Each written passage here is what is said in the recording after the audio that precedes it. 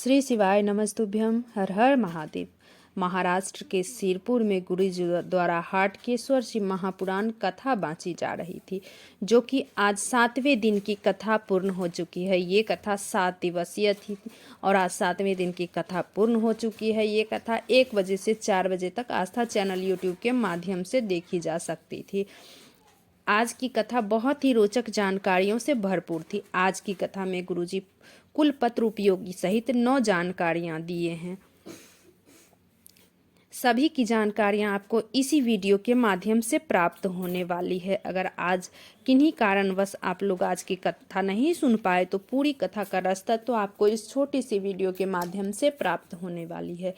आज कथा के बीच में गुरुजी इतना रोए हैं कि आंसू को रोक ही नहीं पा रहे थे। आज तक किसी भी कथा में गुरुजी इतना नहीं रोए थे।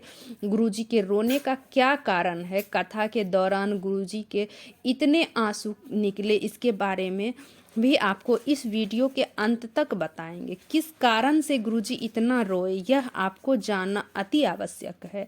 तो यह जानने के लिए वीडियो के अंत तक बने रहें।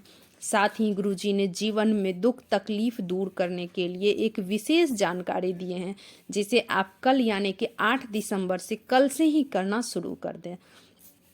उपाय काफ़ी विशेष है और सरल उपाय है। कैसे करना है आप इस वीडियो के माध्यम से समझेंगे। ये सारी बातें जानने के लिए आप इस वीडियो के अंत तक बने रहें।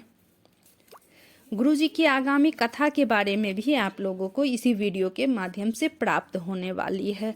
तो कथा शुरू होते हैं गुरुजी बोले, हो सकता है ये शरीर आज है कल ना हो सकता है शिव जी के दरवाजे पर कल हम नहीं जा सकते हैं।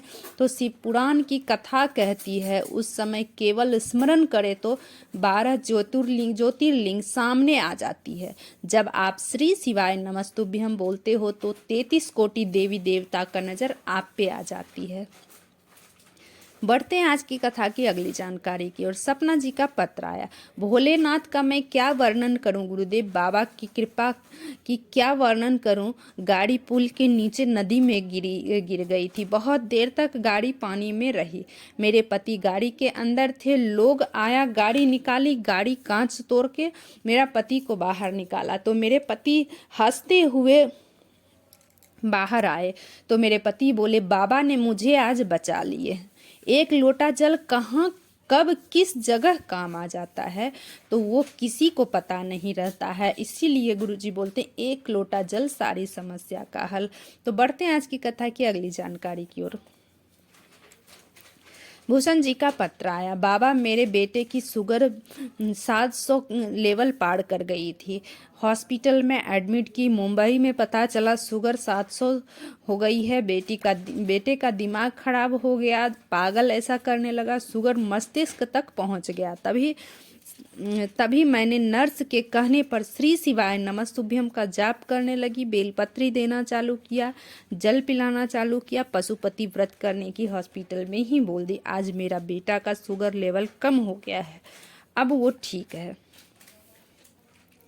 बढ़ते हैं आज की कथा की अगली जानकारी की ओर। कृष्णा जी का पत्र आया। गुरुजी मेरा एक ही लड़का है जिसकी उम्र 7 साल की है। एक दिन खेलते खेलते अचानक उसे उल्टी करने लगा। हॉस्पिटल ले गई, पता चला सिर में पानी हो गया है। ठीक तो हो गया, लेकिन जब वो बात करता तो डॉक्टर बोला ऑपरेशन के लिए। मैंने ऑपरेशन भी कराई। ऑपरेशन कराने के बाद ठीक तो हो गया, लेकिन वो जब हमसे बात करता तो उसकी आंखें ऊपर हो जाती थी। फिर मैं डॉक्टर से दिखाई तो डॉक्टर बोला इसकी आंखें चली गई है, इसे अब दिखाई नहीं देता है, इसी कारण से ये आंखें ऊपर कर लेता है। एक दिन किसी ने बोला सीहोर जा, रुद्राक्ष ला, पशुपति व्रत कर। मैंने वही किया। सीहोर गई, रुद्राक्ष लाई, मैंने पशुपति व्रत की। फिर रुद्राक्ष महोत्सव पर सीहोर गई, कथा सुनने बैठ गई, कंकर शंकर की पूजा की, पशुपति व्रत करती। गुरुजी मैं बाबा का क्या वर्णन करूं। जब मैं धाम से वापस आई मेरा बच्चा को दिखाई देने लगा। उसी का आभार व्यक्त करने कथा पंडाल में आए हैं। बढ़ते हैं आज की कथा की 5वीं जानकारी की ओर। जिस किसी को अगर गोद नहीं भर रही है, बच्चे नहीं हो रहे हैं, बहुत दिन हो गए हैं, तो गुरुजी बोले तुमरुकेश्वर महादेव के नाम से सफ़ेद आंकड़े का जर शिव जी को 21 बार घुमाकर नंदी के सामने खड़ी होकर लाल धागे में जड़ को बांधकर कमर में पहन ले तो उसे 3 महीने में जरूर गोद भर जाती है। बढ़ते हैं आज की कथा की अगली जानकारी की ओर। अगली कथा गुरुजी की दुबई में है। ये कथा 3 दिन की है। ये कथा त्रिवेणी कथा 3 दिवसीय कथा दुबई में होने वाली है।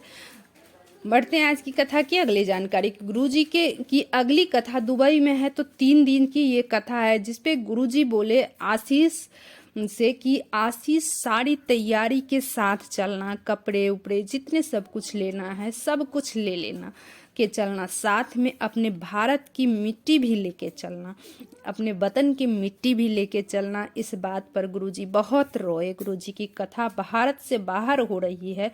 अपने देश की मिट्टी गुरुजी दुबई लेकर जाना चाहते हैं, क्योंकि गुरुजी बोले हम एक दिन भी अपने देश की मिट्टी से दूर नहीं रह सकते। सब कुछ मिल सकता है पर मेरा वतन नहीं मिल सकता।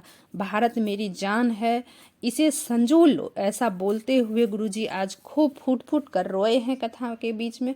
गुरुजी रोए कथा के दौरान आप इस वीडियो के माध्यम से देख सकते हैं। गुरुजी को देख के कमेंट में ज़रूर बताइएगा क्या गुरुजी कभी कथा में इतना रोए थे।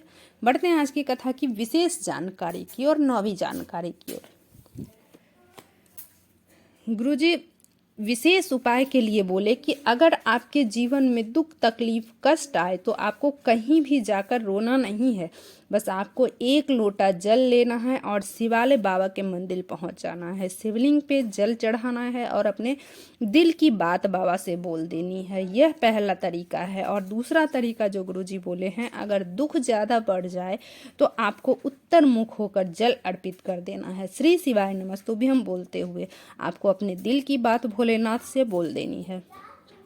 तीसरा तरीका जो है, जब बहुत अधिक दुख बढ़ जाए तो उत्तर मुख होकर जल तो चढ़ाना ही चढ़ाना है। और जहाँ से जल बहती है, जो जलाधारी है, जहाँ से जल नीचे बहती है, वहाँ पर अपनी 3 उंगलियां रख के मन की बात बोल देनी है, मन की कामना कर देनी है। तो आपकी सारी मुरादें आपकी मन की कामना पूर्ण हो जाएगी, आपकी दुख तकलीफ दूर हो जाएगी। गुरुजी की जो कथा है रुद्राक्ष महोत्सव की जो है कथा, वो 9 दिवसीय होने वाली है। 25 फरवरी से 3 मार्च तक ये 9 दिवसीय कथा होने वाली है। गुरुजी बोले अगर आप लोग जाना चाहते हैं तो अभी से तैयारी कर लें और बन सके तो 9 दिन की कथा सुने, ना बन हो सके तो 7 दिन की ज़रूर सुने, ना 7 दिन हो तो 3 दिन, 3 दिन भी ना हो तो 1 दिन की भी कथा अवश्य सुने। श्री शिवाय नमस्तुभ्यं। हर हर